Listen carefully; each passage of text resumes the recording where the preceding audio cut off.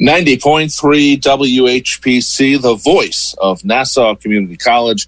Welcome to another edition of From the Press Box, here every Monday, 9 a.m. to 10 a.m., talking sports. My name is Rob Leonard. Joining me, of course, is award-winning sports writer, and yes, my brother, Tim Leonard. Hello, brother. How are you? Good morning, brother. Doing fairly well, considering our football team, the state of our football teams here in New York. That's true. And by the way, brother, just to let you know, I don't know if you heard, but there's an opening for the Jets beat writer job at a certain newspaper in New York. So you might want to look into that. Let's just say that somebody got dumped long after they should have been dumped. Oh, and just leave it there. Who are you, J.P. Pelsman? Anyway. No, Manish is. I can't even say what Manish is on the air. So let's not talk about it. We brought don't it up. know all the facts. I know. Yes, I do. I do know all the facts, brother. I know you do, but it's a very small industry. I know, brother. I know you've heard. Anyway, let's start off with a game. You know what? When you have to win, you have to win. And the Giants yesterday did not win. You know what the Giants didn't do yesterday, brother? What did they not do, brother? They didn't step up. That's what Rob Leonard would say. Because why? Because Washington won. Indeed, they did, brother. And Philadelphia that happened after the Giants lost. And Philadelphia and Dallas also won. Yeah, but they almost don't matter at this point. Yeah, I know, but it's. You never know, brother. 2 more wins and they could be tied with Washington if Washington craps out and the Giants crap out. So Washington is the only team in the NFC East that has a chance to finish 500. Right. Because the Giants are now 5-8, and they're in second place in that terrible division. But the Giants are looking at the Cleveland Browns, the Baltimore Ravens, and the Dallas Cowboys are 3 teams left on their schedule. They'll beat Dallas. And if they don't, they certainly don't deserve to go to the playoffs.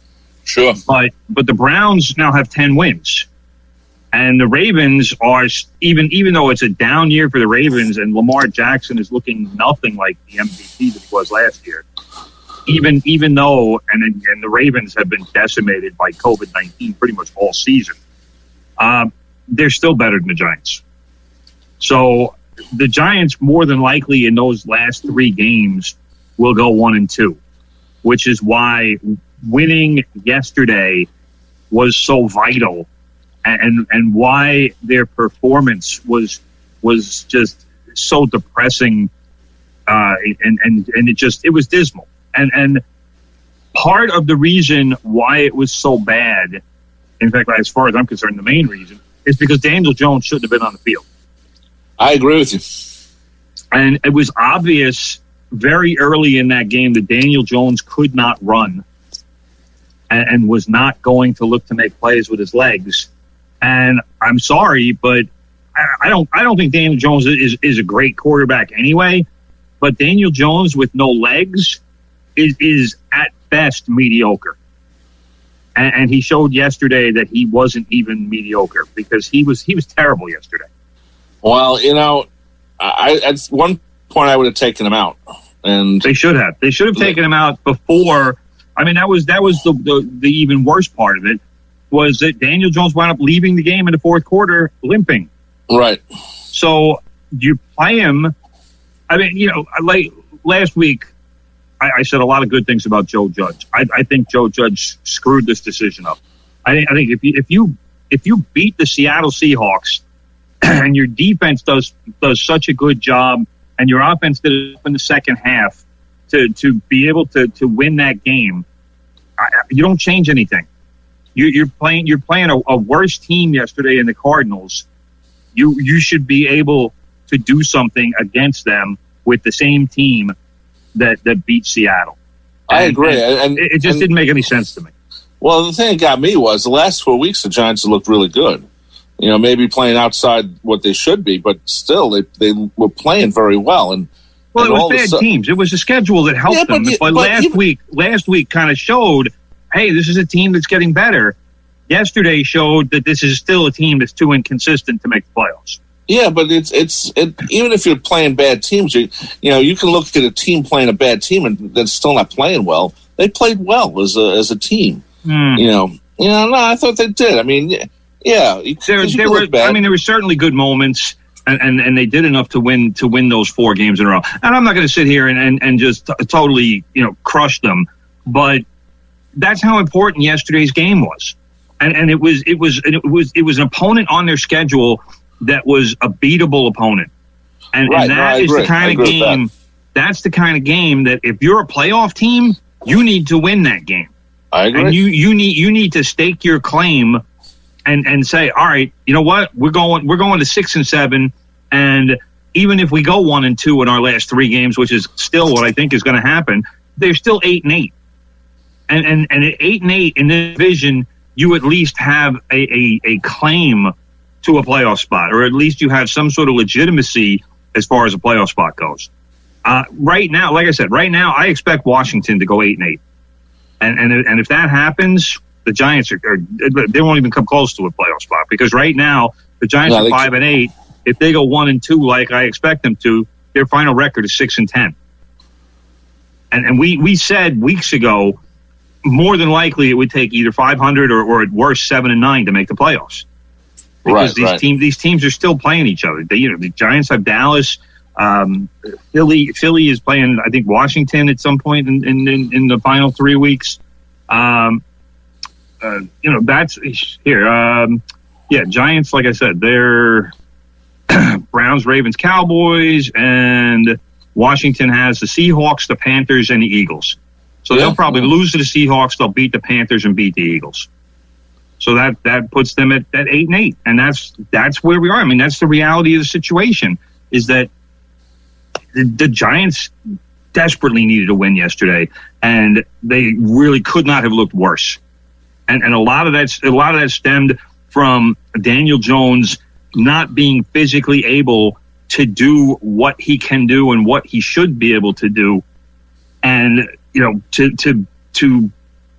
be able to win a game for the Giants. And Daniel Jones had 0 rushing attempts yesterday. All right, that tells you all you need to know. He was also sacked 6 times. He fumbled 3 times and lost 1 of those. All of that says to me he should never have. He shouldn't have. Either A, he should have played, or B, get him out of there at halftime, because it's obvious that he was not effective. No, he wasn't ready. And I don't know what Joe Judge was thinking yesterday. I really don't. And for as much good as he's done with this franchise all season, he wasn't thinking yesterday. I don't understand. And he said, that was the move. That's what we decided to do. But as a coach, part of your job is to assess the game as it's going, and to be able to say, hey, this isn't working. We need to do something else. And if something else is Colt McCoy, then yeah, fine, put him in and let's see what else happens. But the Giants didn't react yesterday. They didn't react. They let the game get out of hand, and then by the time Colt McCoy came in, it was more because Jones was hurt. The game was over. There was no coming back from that. Did they announce any injury or anything like that? I haven't heard anything, but like I said, we saw Daniel Jones limping off the field. So chances are he aggravated the injury, which means he probably won't play this week. I don't want to sit here and say yes he will, no he won't, because I thought his injury was worse when he first had it 2 weeks ago, and I was expecting him to be out for a while. But I'm not going to say Daniel Jones. I'll give Daniel Jones this for a Duke kid. He's a tough kid. I'll give him that. But I wish he was a tough kid with a little more talent. Well, yeah, because you can be as tough as you want and want to be out there. I tell you what, Phil Simms turned out to be a tough guy, but Phil Simms had talent, and Lawrence Taylor was the toughest guy of all, and he could have a broken arm and he'd still play, but he had talent. So don't give me just the tough guy. Give me the tough guy who can also win me a game. And I'm not sure Daniel Jones is that guy. And we're 2 years in at this point. I don't see a you know what I was thinking yesterday, brother, while this game was going on. If the Giants had lost one more game, if they had lost to Washington instead of beating Washington, Chase Young, who wreaked havoc yesterday, Chase Young was the player yesterday that everybody thought he was going to be when he came out of the draft. He'd be a Giant right now. He'd be wearing big blue. And he'd be destroying people. Right. And instead, we got Daniel Jones, who is he's just a quarterback. Right. He's not a great quarterback. I'm not even sure if he's a good quarterback. But again, Daniel Jones with no legs, he's not even a mediocre quarterback. So I agree. I put him out there. I like I said, I thought the Giants, after winning 4 in a row, should have. I thought they were on the roll. I thought they were, going to do better. And maybe it's Daniel Jones. Maybe it's just there was their time to lose for the week. But rolls don't last. They don't. Even for. I mean, look at the Steelers. Steelers won 11 in a row. They've lost 2 in a row. That's true. You get injuries. Things happen. Maybe you get a flat performance. But again, in a game that was critical for the Giants' playoff chances, to play the way they played yesterday, it was disheartening. It really was because I know the fans were excited. We were excited. I mean, look, I was. How much did we praise the Giants last week? I praised the Giants last week, and I even said last week I said they pretty much clinched a playoff spot. I remember saying those words. I was right there with you, brother. Brother, it's one of the rare times I have been wrong while doing. Well, you don't know you're wrong yet, brother. I do know I'm wrong. No, I don't think this is over yet. I think if they lose their next game, it is. But I really think they're not going to beat the Browns. Well, I think Browns are playing really well, right? Really well. Even without Odell Beckham Jr., they're playing outstanding. By the way, brother, on Saturday Night Live on Saturday, there was a hilarious sketch. It was the last sketch of the show. You wish it was the first. Tell you what, anybody who went to sleep early, you missed it. You missed it. It's if you're a Jets fan, it was so perfect. It was, for those who don't know, there's a channel called Newsmax, which is like a lower level version of Fox News. Lower level, crazier version of Fox News. Yeah, and it's all about theories and not about facts, because that's what Newsmax does for the most part. Yeah, so they had conspiracy theories, brother. You forgot a word. Yes. So what they did as the joke was, instead of Newsmax, they had Sportsmax. And Newsmax is branching out into the sports world. So they, instead of talking about news, they talked about the Jets, and it was all about conspiracies against the Jets, and the Jets actually won 90-0 against the Dolphins, and the Jets had won 11 games in a row, and were on their way to the playoffs and probably the Super Bowl. Right, and it was hilarious. I mean, it shouldn't have been when they re-edit that show, all SNL shows get re-edited. They're probably going to move the position of that sketch. It was, and Pete Davidson was, mostly he plays Pete Davidson, but he played a great psycho Jet fan. And Kyle he Mooney, probably was playing Pete Davidson. Well, he probably was. And Kyle Mooney, who I'm not a fan of, was so good at this. I was like, wow, where's Kyle Mooney plays like these mopey guys, and he's playing psycho Jet fan. By the way, according to our director Sean Novat, currently the clip is on YouTube. Yes, it's posted on my Facebook page too. Yeah, so I'm not sure how long it lasts, though, because SNL is very adamant about taking stuff on YouTube. But if it's on Hulu, wherever you find SNL, you'll find it. But it's probably on YouTube as we speak right now. It was a great sketch. It was one of the best things they've done for the whole show, really, besides having Bruce and the E Street Band on. So, yeah, brother, give Timothy Chalamet some credit too. He was the other Jet fan oh, that's right. They switched off. That's right. Yeah, it was right. David Davidson and Chalamet. I still have no clue. I thought it was Kyle Mooney. No, I thought maybe he was the host. I don't know who you're talking about. There was a host person too. Oh, really? Who kind of went from segment to segment. I don't even remember who that was. I thought it was Mooney. I thought it was Beck Bennett, actually. But I think it was the host. Yeah, but no, that was Timothy Chalamet, who I still have no clue who he is. So if somebody can help me out. I know he's an actor, but I don't know what he does. So anyways, he was the other Jet fan, and he had a T-shirt that said Jets World Champions 16, 17, and 18, like three-peat. And I was like, when I was watching it, I'm like, you know what? Even though that's a bogus shirt, those things would sell. In an alternate universe, yeah. my brother who loves the idea of making T-shirts. I think you should do that one. I might have put 3016. Well, either way, but that was it was a cool looking shirt, and Jet fans would buy it. Well, yeah, it was a good sketch too. So look for it on YouTube or wherever you can find it, and just type it in. I'm sure it'll come up. Speaking of the Jets, that was the best part of the weekend as far as the Jets were concerned. Was that skit? Yes, because the game that they played against the Seattle Seahawks. Oh my God! 40 we were laughing at the Jets, not with the Jets, or not for the Jets, or any. It was what a horror show. Oh my God! It was like I said, 40-3. What am I watching here? I told you. I said you watched it. You watched it happen. So I don't know why it seems mind-boggling for you. You watched it happen. It was as Charles Barkley would say, brother. It was terrible. It was terrible, yeah. But you know what? It was terrible. But 40-3. You know, I mean, they got one field goal. Yeah, that's the 3, brother. Yeah, and their kicker. What was the guy's name? The kicker, whatever his name is. He's not going to be around next week anyway.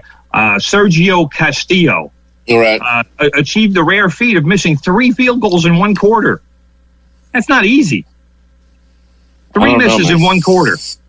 Anyway, brother, I think after losing to the Seattle Seahawks 40-3 yesterday, I'm guessing that we can say that maybe defensive coordinator Greg Williams wasn't the problem. He was. The Jets fired him about an hour after last week's show ended, which seems to be typical of the sports world. They seem to wait until our show ends before they fire people. They're afraid of they're afraid of our reaction. But it was the right move. In fact, we said on the show that Greg Williams had totally blown that call, and that was the big reason why the Jets lost the game. And it didn't surprise me that he was fired, but when you're being fired by Adam Gase, who is 3 weeks away from being fired himself, it's Greg Williams gets a few extra weeks on a beach somewhere. That's basically what happened. Right. I mean, they're going to get paid. So I mean, of course, not like Gus Malzahn at Auburn, but he'll get paid, of course. I mean, just as an aside, brother, Gus Malzahn was fired as the Auburn coach over the weekend. He gets a $27 million severance package. Wow. I wouldn't mind being fired from that job. Wow, that's sometimes I think people get hired. $27 million. Go away. I think they get hired to get fired, and they know they're going to walk away with great money. Oh man, I would love that. But anyway, so like I said, Greg Williams probably not the problem with a 40-3 loss.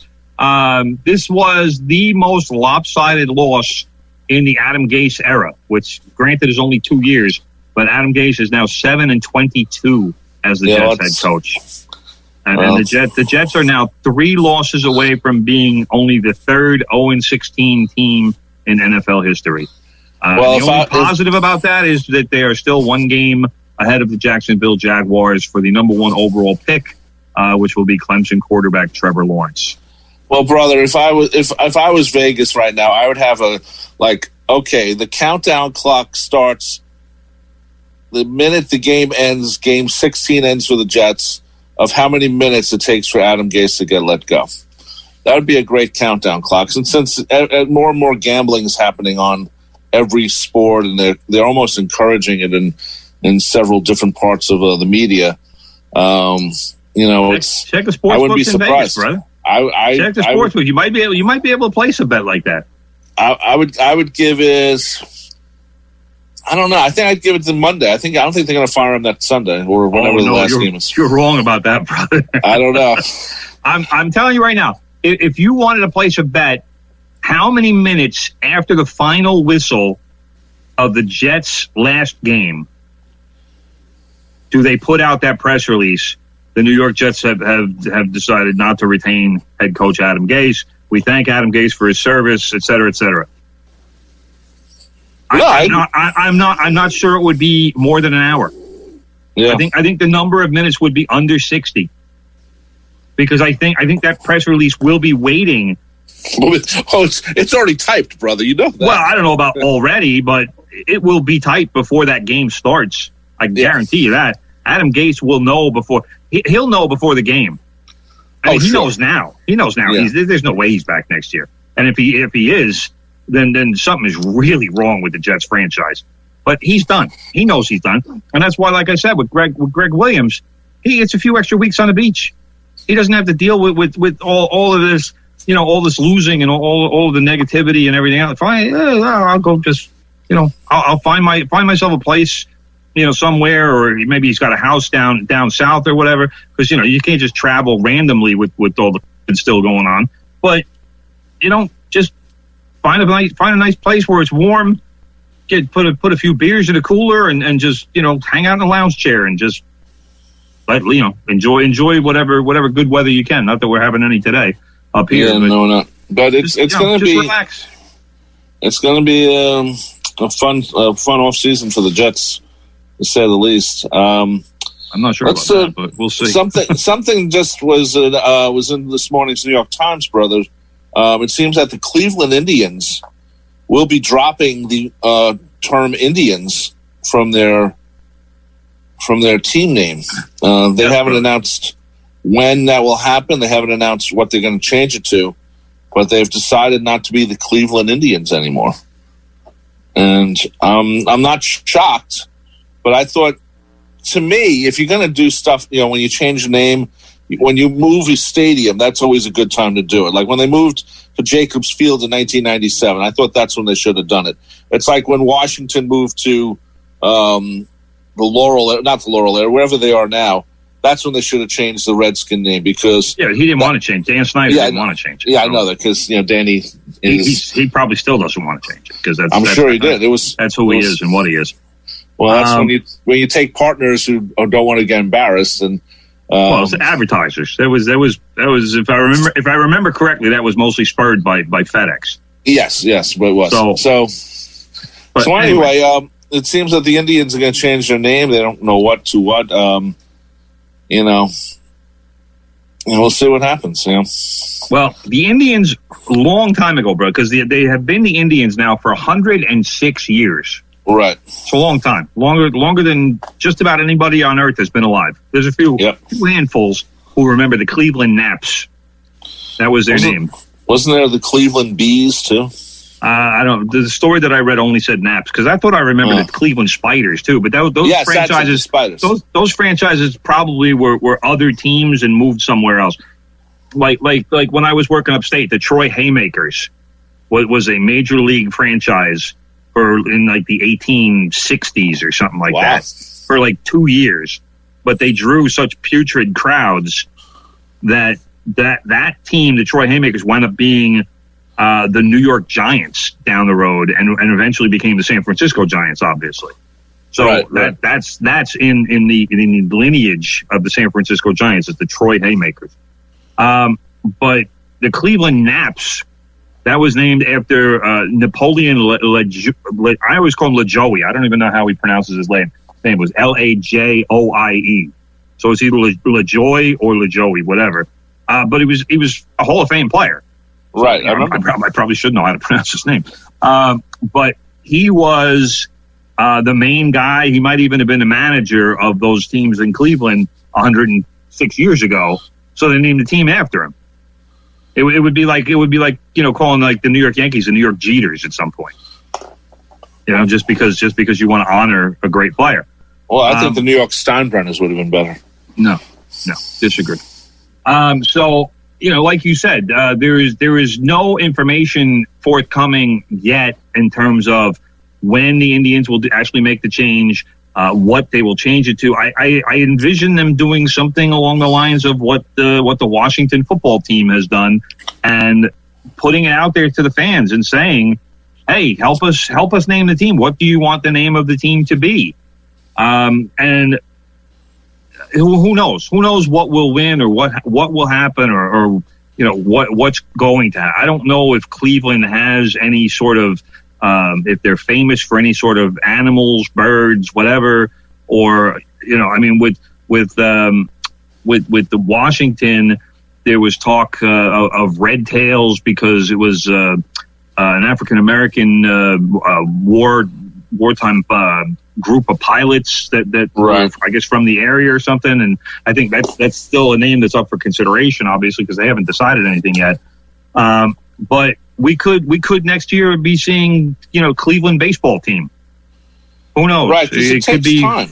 Yeah, because if you're going to change the name of your team, you want to be. It's just happened once, right? And fine, that's the name, and that's going to be the name for the next 106 years. With assuming good business and that people actually care about baseball in 100 years. But you don't want this to be 3-4 years down the road and people all of a sudden say, oh, this name stinks, we want to change it. That's no way to build an identity for your team. No, I agree, and I think this is also they're naturally using something to help get people talking about the Indians in a different way, not just a baseball way, but people who might not know about the Indians who don't follow sports might say, oh, a name for a team would be and get involved a little bit with that. So that's something. I mean, right. I wouldn't recommend it to every team that they change their name every so often because that's a little silly, but I can understand the process of the change. It's like when the Cyclones became the Cyclones. They said, we're going to call our team, normally they'd call them the Brooklyn Mets because, it's minor league, super minor league, low minor league team. They usually keep the team of the big team. Yeah, Staten Island Yankees is a great deal. But when you're playing in the shadows of Coney Island and the Cyclone roller coaster is world famous, call the Cyclones.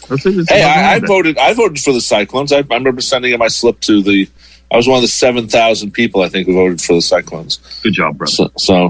Well, anyway, I have the answer for Cleveland, brother. You do. I have the answer. You've been working hard on this. I have been. I've been putting a lot of thought into this. I have, instead of Cleveland baseball team, I want to call them Team Cleveland Baseball. Ooh. Because that would give them letters TCB, brother. So you know that Elvis would have loved that. You can have Elvis could have gotten on board with that. You can have like they do with the Washington Nationals, instead of having the presidents, and that's the Rock and Roll Hall of Fame in Cleveland. So you have Elvis versus like Buddy Holly versus a couple other people. Jimi Hendrix. The race. You're with me on this, but you're with me on board here, brother. I'm liking it. All right. They are in Cleveland. That's where the Rock and Roll Hall of Fame is. So now, if you remember, brother, TCB, they have a logo with the TCB that was a lightning bolt. Right. That also was famous for Elvis. But who else would love the lightning bolt, brother? Roy Hobbs. That's true. The Natural. The Wonder Boy himself. Lightning bolt has a lot of history with baseball. So That's true. That could be their logo. They could put it on. Can you imagine a baseball cap with TCB with a lightning bolt on it? Tell me that wouldn't sell. That'd be great. Great. Oh my God, they would sell so much. So have that. I'm telling right now, I want to announce publicly and trademarking both of those ideas. Well, let's see what happens. Or I have a second idea that I don't like as much. If we call them the Cleveland Baseball Dudes, then they could take advantage of the whole CBD craze that's out there right now. The what? The CD what? CBD, bro. CBD. What's that? It's like a medicinal.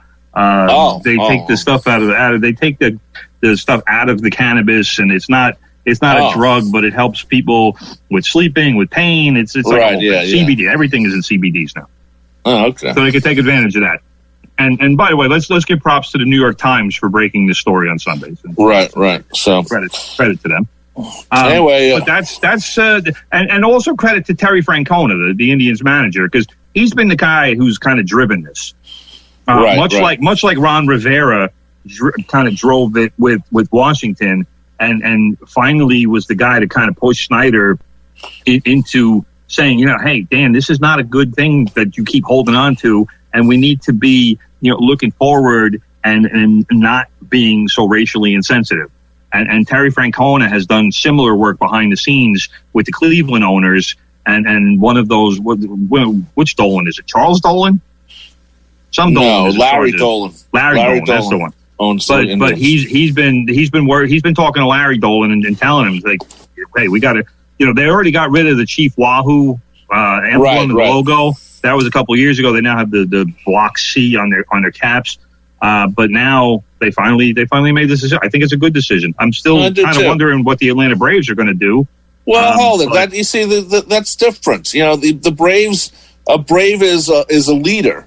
Like the Chief. It's a leader. So I get it. I know the Braves have some kind of a deal worked out with some of the local Indian tribes where they're paying them, and the Indian tribes are more than happy to take the money. And I think it's more other people who are upset about it than the actual Indian tribes themselves. So we've mentioned this before, and I'll mention it again. The Florida Seminoles.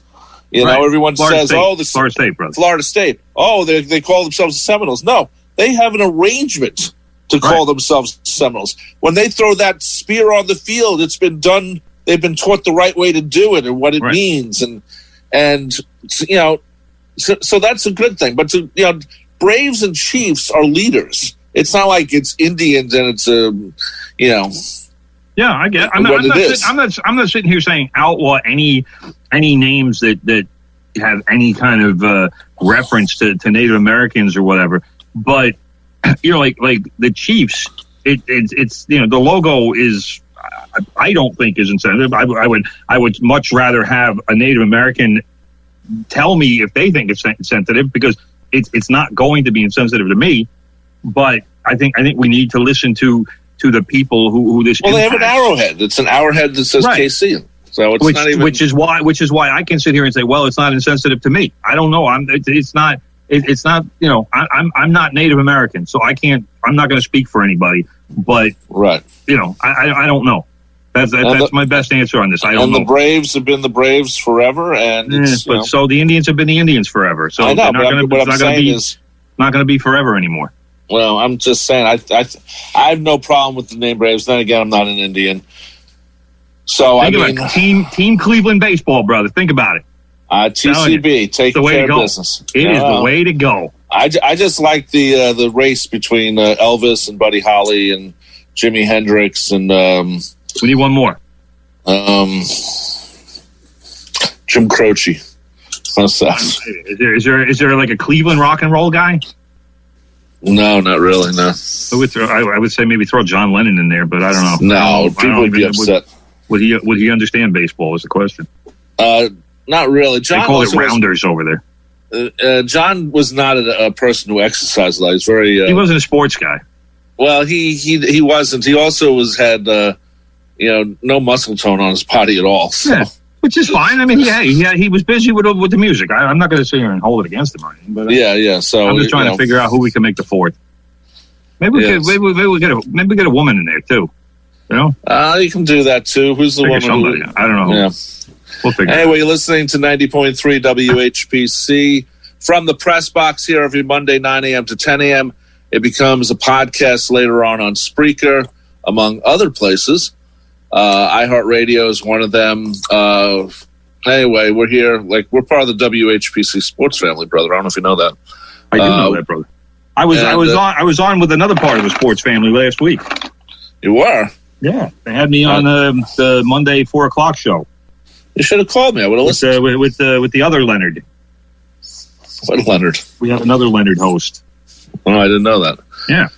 Well, we haven't been the station in 9 months. So, but anyway, we're part of the WHPC Sports Talk family, which is Monday through Friday Sports Talk, 4 p.m. to 5 p.m., and then additional show on Tuesday nights, 10 p.m. to midnight. Anyway, brother, basketball has started, at least in exhibition form, and they are playing in their own stadiums, and there's no lockdown this time. There's no bubble. No bubble. We'll see how this works. Obviously, today is the rollout day for the vaccine. Obviously, not everyone's going to get it, or for at least a month probably. as More a than starting that. point. As Long a starting time. point. We're talking 3 months, maybe. Maybe more, but who knows? But anyway, brother, most people won't get vaccinated until April, May, or June. Well, we got a long way to go. Oh, I know that, brother. But when our new president comes in and places another 200 million orders, and instead of saying, "Oh, we don't need them," anyway. But Pfizer's not going to be able to make those until June. That's the problem. Yeah. They already got the first few batches sold. They're going to Europe. Defense Protection Act, brother, DPA. So anyway, they're not in the lockdown. They're not in the bubble. I assume they're not playing for fans for a couple of months at least. Mundo. But they will be playing their home arena. Hopefully, the players are able to stay away from certain areas and not get in trouble with. You know what I'm talking about. By certain areas, I assume you mean groupies, bro. Maybe. I don't know. Not every player has a groupie, but The NBA put out, how many pages was it? I want to say it was like 135 pages of protocols that the players are expected to follow. And if the players don't follow these protocols, then their teams will be penalized. It's not even might be. It will be, because the NBA has kind of been fortunate in this whole episode with the COVID, in that they halted their season. They figured out a plan to get their playoffs, get the end of the season in, to get their playoffs in. They did I give them all the credit in the world. They did a great job. Nobody in the bubble came down with COVID. The bubble actually worked, and they did it right. And now they're going in a different direction where they're playing at home. They're going to go with a 72-game schedule, starting up on December 22nd, which is next Tuesday. Next Tuesday. And it's they've seen what has happened with the NFL, and with the NFL, I don't want to say it's been a disaster, but it hasn't been good. They've had to postpone games. They've had to move games around. They're playing games on Tuesday afternoon. They really have had to scramble. And the NBA doesn't want to be in that situation, although I don't know how you can sit there and say, well, we don't want you to catch COVID. Well, unless the league hires a bunch of delivery people to go out and get everything these guys need, and all they're doing is going from their house to their car to practice or to the plane to travel to a road trip, there's still the possibilities of catching COVID. Oh, sure. So, but the NBA is going to react to, there's going to be a lot of contact tracing if somebody does get it, and they're going to see, all right, was somebody out in a bar somewhere doing something stupid that we told them not to do? Because if that kind of stuff happens, then the NBA is going to be taking draft picks away from teams. Right. And they're going to levy punishments, and they've let the teams know that we are expecting cooperation from your players, and if the cooperation doesn't happen, and we wind up with a bunch of cases, be it on one team or more than one team, and if it spreads throughout the league, then there will be serious consequences for your franchise. And they have not ruled out forfeiting games. So that, if you're playing 72 games as opposed to 84 games. Right. So that's already you're playing 12 less. If you have to start forfeiting games now because 5 or 6 guys on your roster come down with COVID at the same time, that's going to be 10 days worth of games minimum, which is probably going to be 3 or 4 games. So, that's what you're looking at. And I don't know. I don't see it going well. Can they pull it off? Yes, but not well. If I was the NBA, and I would include the NHL in this too, because they're in the same boat. Right. I would say, you know what? Now that we got a COVID thing here, we got a vaccine, maybe we can show the world, hey, we got the vaccine, because there's a lot of people who are scared of it or don't trust it or they hate vaccines or whatever. So you might want to use those players as someone you would look up. Yeah, or someone you'd look up to and say, "Oh, look, they had it. That means I can get it." Right. Or maybe you cut a deal and you make a donation where the NBA players and staff and the NHL players and staff all get their vaccines, and then take it from there. Or at this point, maybe you cut a month off the season, put it at the end of the season, and do it that way, so you can, get this a little better, because they're starting off right in the middle of, this whole dishing out of COVID. Of the vaccine. From Thanksgiving, this is what we're in right now, and in the last since December started, we have had 6 or 7 at least of the most deaths in this country from a single reason. Yeah, there's a top 10 list of most deaths per day. 9/11 is on that list. There's some war from the 1800s I never heard of, and I think the San Francisco earthquake is on there as well. COVID has now 6 of those days. Right, and they're going to probably get all 10 in a couple of weeks. Well, it's not going to get all 10. The earthquake, the one of the things had 8,000. I'm hoping we don't get to that, but we're over 3,000 a day in deaths with COVID. Right, so right. That it's obviously a significant number. So, how do we get that under control? And especially because people are going to be doing all the same traveling at Christmas that they did at Thanksgiving. It's going to make it explode. Right, so, that's why if I was the NBA, I would either postpone the beginning of the season by a month, or get the vaccine, get everyone, shot up with the vaccine, and show, okay, it's going to work. And, be I don't want to say the guinea pig, that's the wrong word, but, be the leaders, because we're going to need leaders from different groups of people who can help say to other people, oh, look, they're okay. That means I guess I can take it too.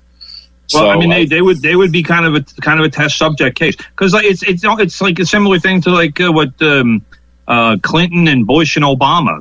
They've offered to get vaccinated on television, live on television, right? And they're willing to do that, which I think is great. But do NBA players do they deserve to get vaccinated before other people? That becomes another question. I mean, these are not high risk people. No, and there aren't enough vaccines yet. Where can we justify giving vaccines to young, healthy basketball athletes who are otherwise in fantastic physical condition? And can we justify giving it to them as opposed to giving it to some senior citizen who might be somewhat health compromised? No, I agree with that. I mean, it's but at the same time, not everyone's jumping on at the beginning. I mean, obviously, right. First responders and old people are going to get it first, but there's still a lot more people to get on the boat, so to speak. Yeah. So. I mean, I'm certainly not disagreeing with what you're saying. I mean, I think in some regard it would be a good way to show the public that, hey, the vaccine is safe. It's going to be effective. And, hey, if the NBA players, I can tell you right now who wouldn't do it. Kyrie Irving, there's no chance he would do it. None. This is the guy who thinks the earth is flat and who last week called reporters pawns. He's not a bright guy. So I guarantee you that he would not take it. But so why don't we start getting the good articles about him in the papers? But he I can tell you, Karl Anthony Towns most definitely would take it. He's lost 6 family members to COVID. Right. So there are players out there who absolutely would take it, and there are at least a handful of players who absolutely would not.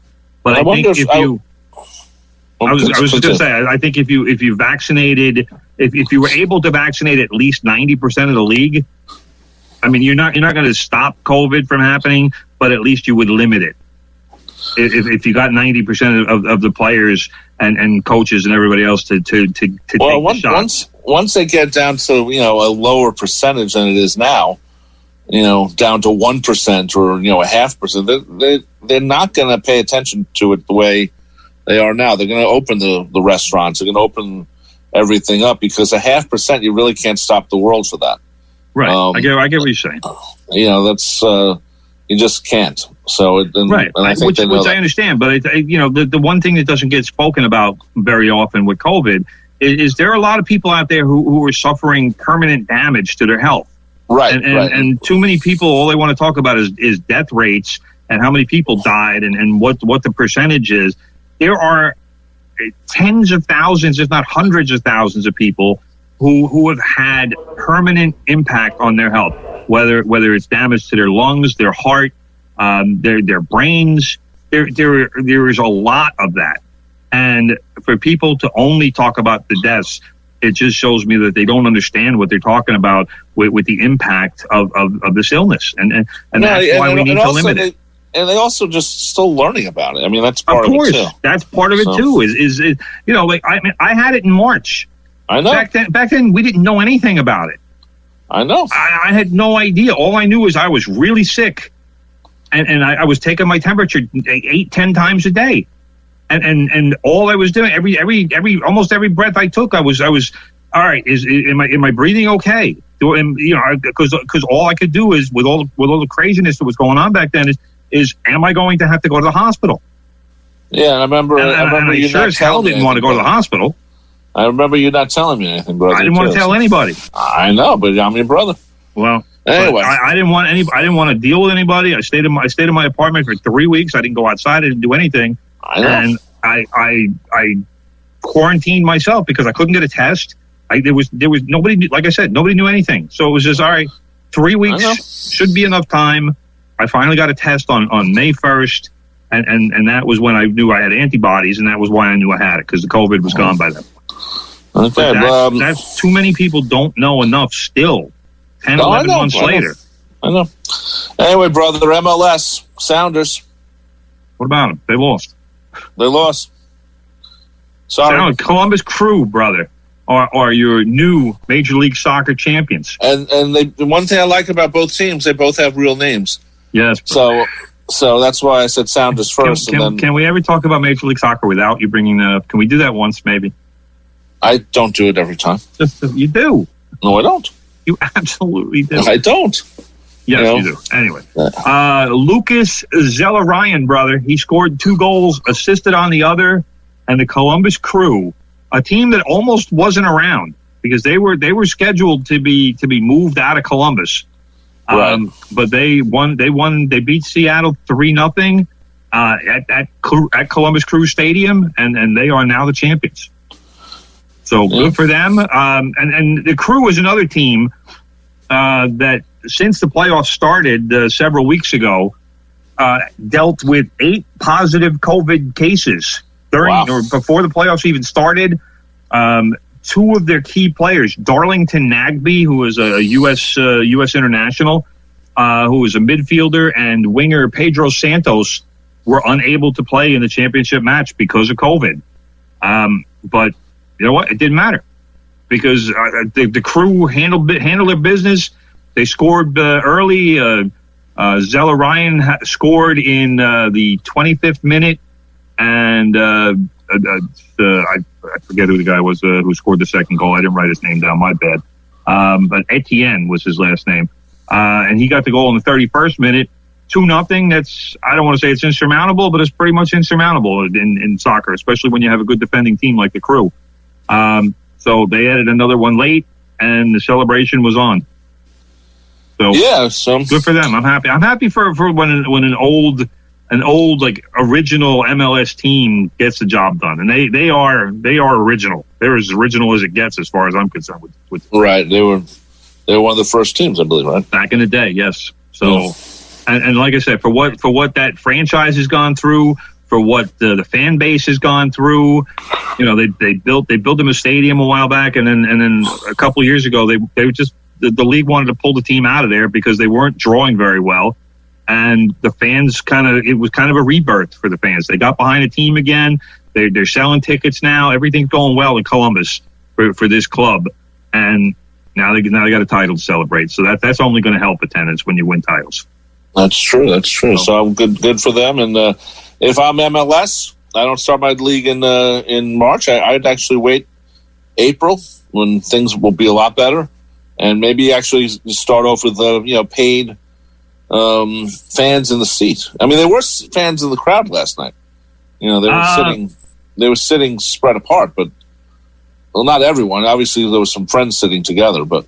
Yeah, well, I mean, they've put limited fans like Premier League games over in the UK.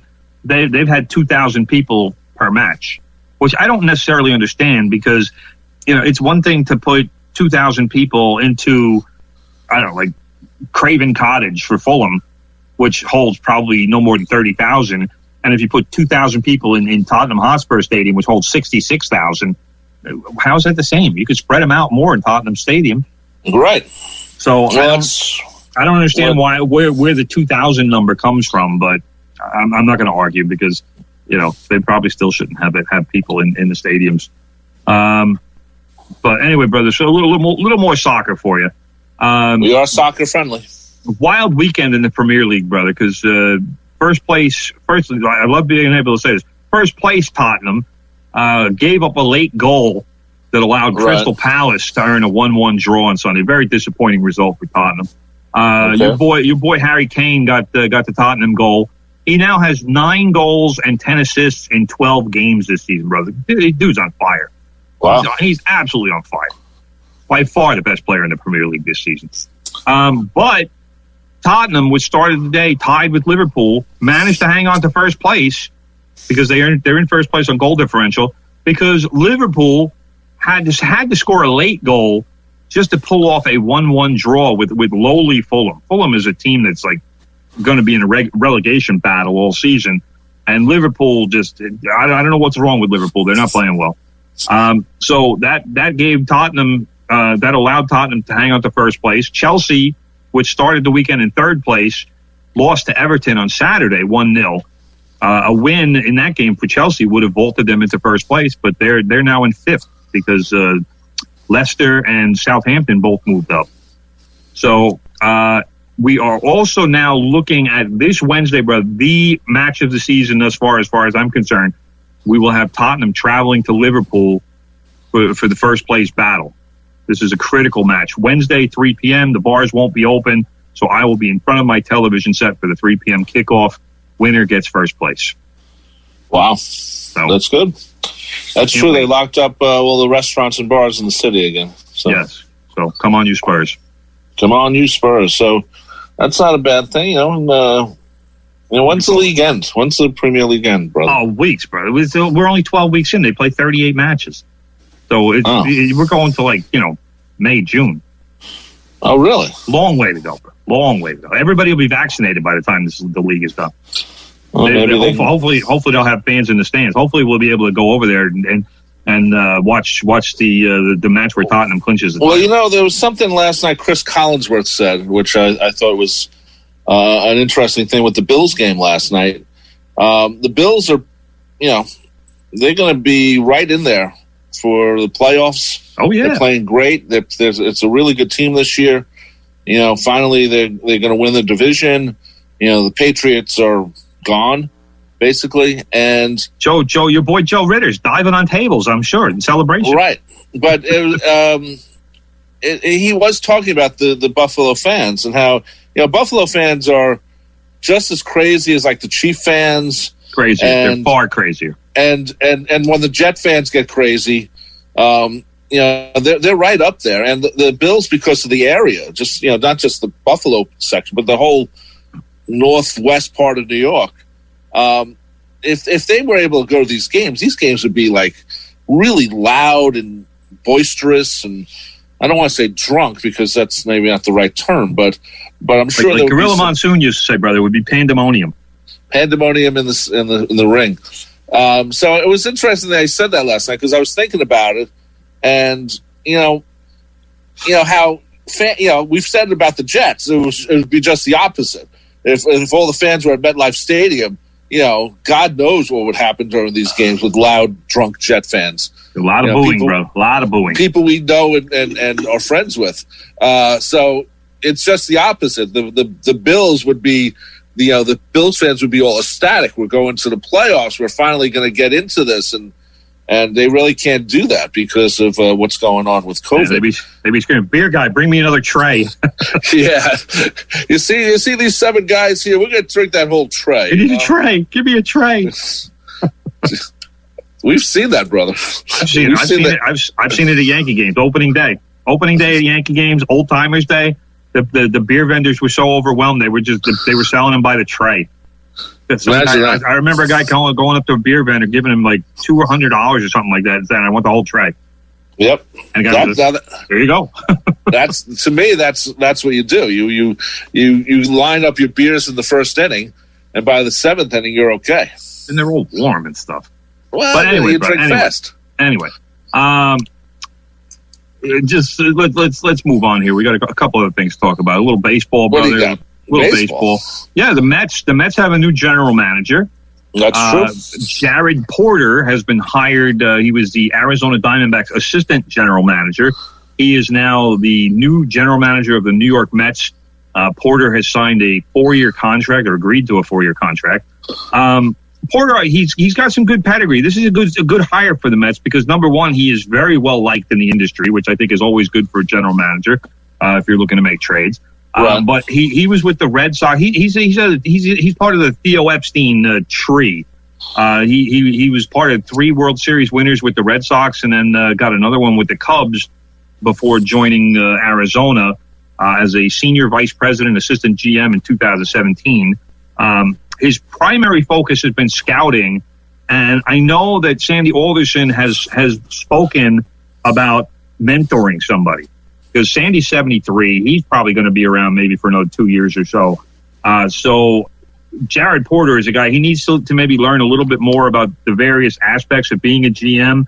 But this is going to be your guy. I think within 2 years, Jared Porter is going to be the decision maker for the New York Mets. And I love the hire. Love it. I do too. This is the right guy for the job. I also think that Sandy, once he gives off the job to this guy, will be some sort of consultant. I think Sandy's going to be around for a while, into his 80s.